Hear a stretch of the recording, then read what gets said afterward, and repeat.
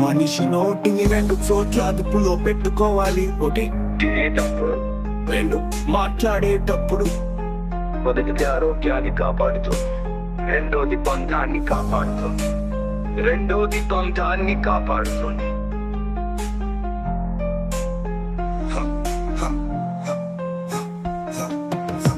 మనిషి నోటిని రెండు చోట్ల అదుపులో పెట్టుకోవాలి. ఒకటి తినేటప్పుడు, రెండు మాట్లాడేటప్పుడు. మొదటిది ఆరోగ్యాన్ని కాపాడుతుంది.